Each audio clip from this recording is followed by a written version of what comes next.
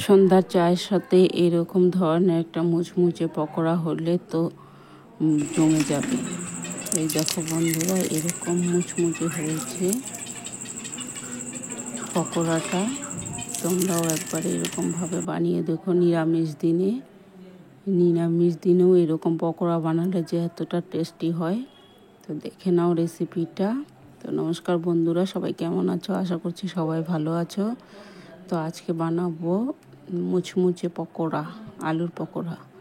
তো যে 3টে আলু নিয়েছিলাম, আলুগুলো কুড়িয়ে নিয়েছি। কুড়িয়ে 3-4 বার এখন জল দিয়ে ধুয়ে নেব। ধুয়ে পরিষ্কার করে নেব। পরিষ্কার করে নিয়ে তার মধ্যে এই দেখো এরকমভাবে করে নিয়েছি। আর এই যে আলু, ধনেপাতা, একটু আদা, কারি পাতা, এই দিয়ে বানাবো পকোড়া। কিন্তু খেতে অসাধারণ হয়েছিল।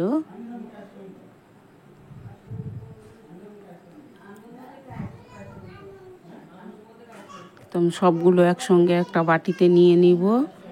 নিয়ে এখন হলো ওটাতে একে একে যা যা লাগবে সব দিয়ে দেব। পরিমাণ মতো নুন,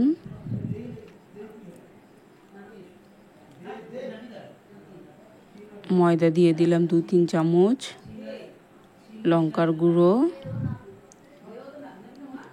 হাফ চামচের মতো হলুদ দিয়ে একসঙ্গে মেখে নেব।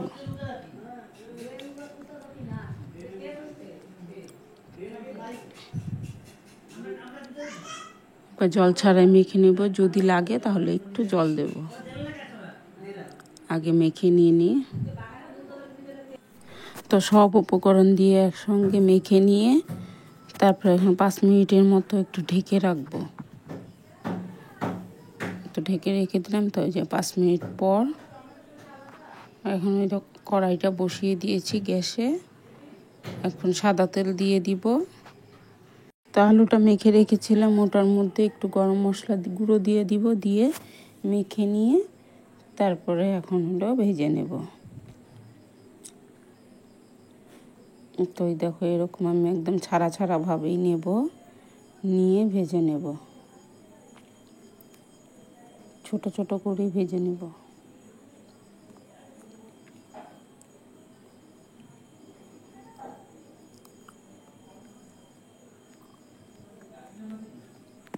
তো আমি এটা মিডিয়াম আঁচে খুব সুন্দরভাবে লাল লাল করে মুচমুচে করে ভেজে নেব।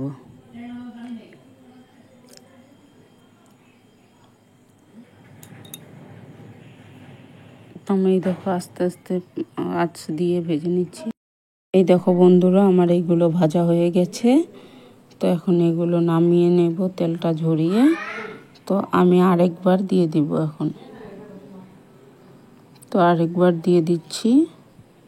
দিয়ে আমি এগুলো এরকমভাবে ভেজে নেব। হালকা আছে মুচমুচে করে ভেজে নেব।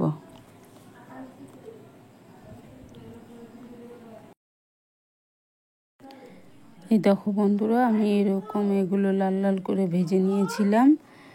তো ওই যে এগুলো লাল লাল করে ভেজে তারপরে তুলে নেব।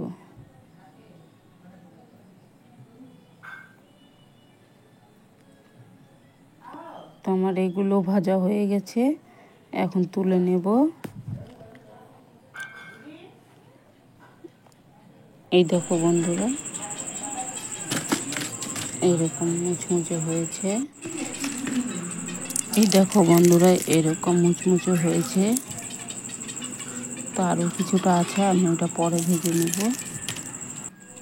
তো একটু সস দিয়ে দিলাম, সসের সঙ্গে পরিবেশন করলাম। বন্ধুরা, ভিডিওটি যদি ভালো লাগে তাহলে অবশ্যই একটি লাইক করো আর কমেন্ট করে জানিও কেমন হয়েছে। বন্ধুরা, ভিডিওটি এতক্ষণ দেখার জন্য অসংখ্য ধন্যবাদ। ফিরে আসে আর একটি রেসিপি নিয়ে। ধন্যবাদ।